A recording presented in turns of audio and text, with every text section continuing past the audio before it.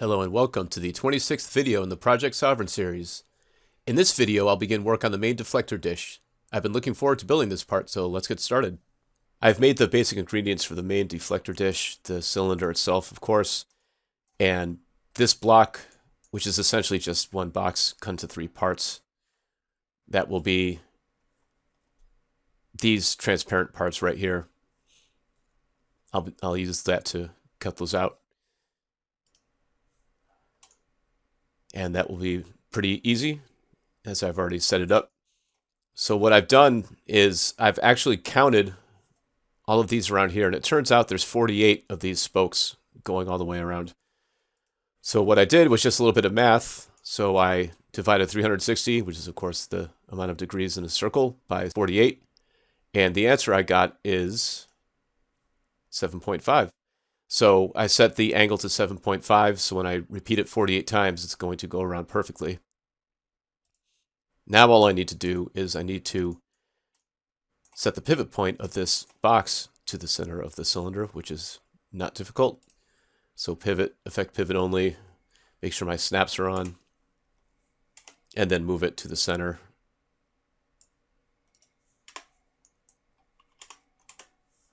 There we go. Just like that. Get my rotate tool out, make sure my angle snaps are on, and then shift. And I want to make 48 or 47 copies. For a total of 48, and there you go. So now all of these are in place. I'm just going to have to cut them into the cylinder. And the cool thing about this shape is, you see, it's perfectly symmetrical here, and it's perfectly symmetrical here. Remember, I gave that tip about making cylinders and spheres divisible by 4 because it makes it easy like this with quarters. So now I only have to do this for 1/4, and I could just copy the rest all the way around. So that's going to make my life a lot easier, a lot less tedious selecting all of these and applying the material and whatnot. So now what I need to do is I need to make my actual deflector cylinder. I need to actually make this shape conform to what the deflector dish actually is. At first glance, it looks just like a flat disc with a kind of sphere bump in the middle, but it's more than that, and I'll show you. So you'll see, it's a little bit difficult to see in this photo, but it's there. There's a lip on the outer edge, and then it goes concave, just like the refit deflector dish, the deflector dish on the refit movie Enterprise from the TMP movies. So I'm going to set the cylinder to do that, and then it kind of comes up flat like this, and I'll show it to you in this photo from the scene where they're ejecting the deflector dish center in first contact. Now you look at this, and you see all this detail. I'm not going to be building all of this because the model's not really meant to be shown this close. Because if I put all this detail into here, I'm going to have to put all this detail into the rest of the ship, and it's not going to be that detailed of a model. Basically, what this is going to be is a recreation of the physical model that they used for the movie, but we can get some useful information from here anyway, such as the fact that this is not flat, right? This actually comes up a little bit, so I'm going to do that too. So it's going to be flat on the outer edge, which it is not here, but is on the actual model, and then it's going to go concave and then come up straight. I'm going to save the construction of the center part for another video, just to make it easier to digest this information. So what I need to do is I need to put a marker as to where the concave part ends and the rise begins. And yeah, it starts right after these transparent windows end. So what I'm going to do is just convert this to an editable poly. And I'm going to put that lip right here. So the actual conical part is going to start here. So the rest is going to go all concave. So what I'm going to do is, first of all, I'm going to delete all the polygon faces on the bottom because it's going to be, of course, hollow in the back because I need to put a light in here. And then what I'm going to do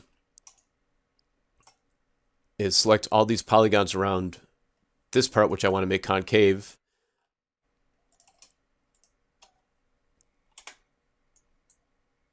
So let's see how this works.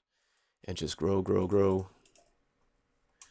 And that looks to be just about perfect. Yep, good. Okay.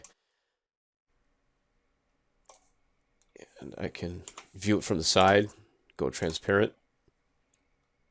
And I can make it come down just a bit. Actually, a bit more than that. It is going to be really subtle. I don't want to get too carried away with this shrink. Because you see now we have that one less row selected, right? Coming down again. And I want to have this be a gentle kind of curve. Shrink. Come down again. Shrink. Come down a little bit. It's going to get shallower and shallower. Shrink. And that's going to be it. I'm going to isolate this just to see what this looks like. So not bad. But what I should do, now that I look at it again, select this and rise it up, and I'm going to use my snap. There we go, because I did want this to be a flat surface around there. There we go, just so we have that lip there. And it's going to be the same basic operation for the inside.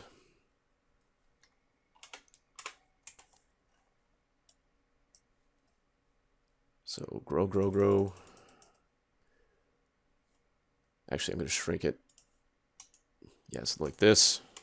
And it'll be the same idea, but it's all going to be straight now.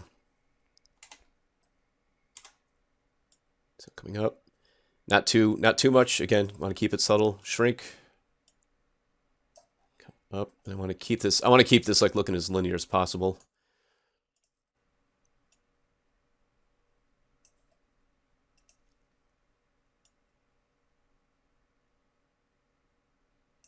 Like so. And this I'm just going to keep because I want to keep this flat. So now finally what I can do, just to make it a bit crisper,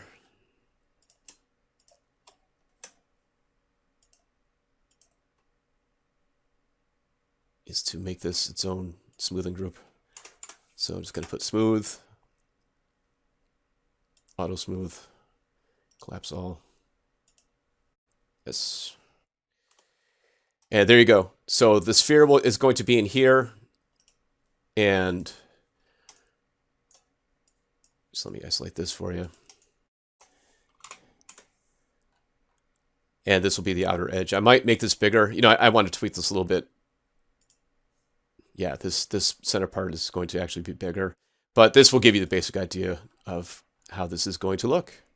So I completed my operation with the usual Boolean imprint and extrude, which I've shown a million times. You can watch the last video if you want to get more detailed info on that or many of the other videos. So I just didn't show that because I didn't want to waste your time. I also created just a generic plastic material, and then I covered the rest with the generic gray material that I've been using. So I mentioned before that I'm only going to be doing a quarter of this because I didn't want to have to do this all the way around the circle, just a waste of time, and just really super easy to replicate this all the way around. So the first thing I'm going to do is I'm going to erase 3/4 of all these polygon faces. Make sure I get everything selected that I want. Nice clean cut. Okay. And I want to make sure to reset my angle to 5 degrees, which is default. And then just make some copies. So shift. Oop, looks like I got something. Let's see. Sneaky. There we go. All right, so anyway, just like that. Snap just like this. I want to make 3 copies.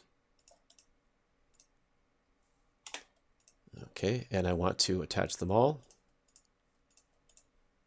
Like so. Finally, I want to select all the vertices and weld and set the weld threshold really low. Let's see. So we're getting rid of a lot of them. I'm going to set it to 0.001 just to make sure that nothing is being welded that I don't want to be welded. Click the check mark. And there we go.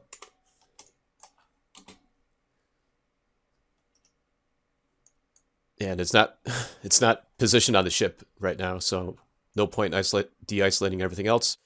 But here we are. This is the completed part of this outer part of the deflector dish. In the next video, I'll create the interior center part, which is just the dome. It'll be basically like this, but just with a sphere instead of a cylinder. And at the end of that video, we will have the completed deflector dish. So very exciting stuff. Moving along inch by inch on this model. I know it's a really big project, but just doing it one part at a time like this seems to be the best way to go about it. So I hope you enjoyed this video, and I will see you soon.